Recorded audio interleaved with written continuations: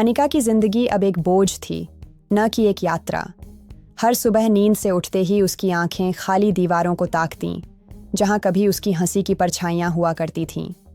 उसके दिमाग में बस एक ही सवाल गूंजता, क्या जुर्म था मेरा? जिंदगी ने जैसे उसे एक अंधेरी सुरंग में धकेल दिया था, जहां ना कोई मंजिल थी, ना कोई लौटने का रास्ता।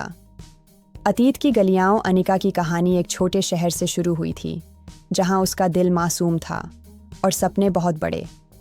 कॉलेज में उसे मिला विवेक, एक शांत और बुद्धिमान लड़का।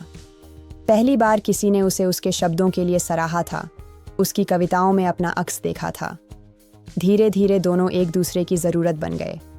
विवेक ने कहा था, तेरे बिना तो मेरी सांसें भी अधूरी लगती हैं, और अनिका ने आंखें मूंद कर उस पर यकीन कर लिया। हसरतें और हकीकत शादी के बाद सब कुछ अच्छा चल रहा था। विवेक अब एक बड़े शहर में नौकरी कर रहा था। अनिका ने भी अपने सपनों को किनारे रखकर एक नई जिंदगी शुरू की। लेकिन धीरे धीरे विवेक बदलने लगा। अब वो देर रात तक घर नहीं आता, फ़ोन पर अक्सर चुप्पी छाई रहती।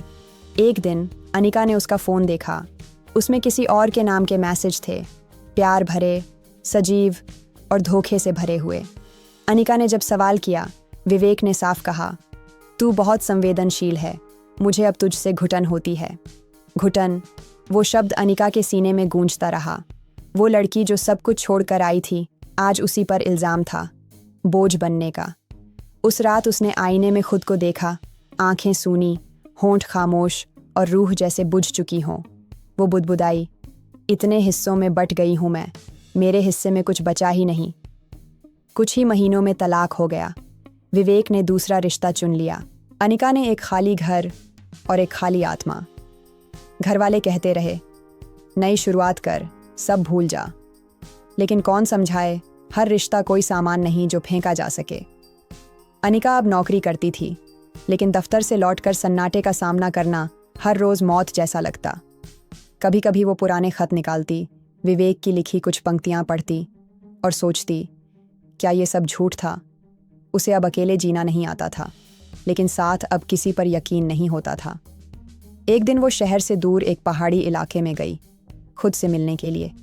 एक छोटी सी लाइब्रेरी में बैठी उसने एक किताब में लिखा देखा, जिंदगी कोई इनाम नहीं, लेकिन हार भी नहीं।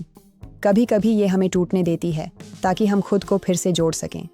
उसने किताब बंद की और खुद से पूछा, क्या मैं खुद को फिर से जोड़ सकती हूँ?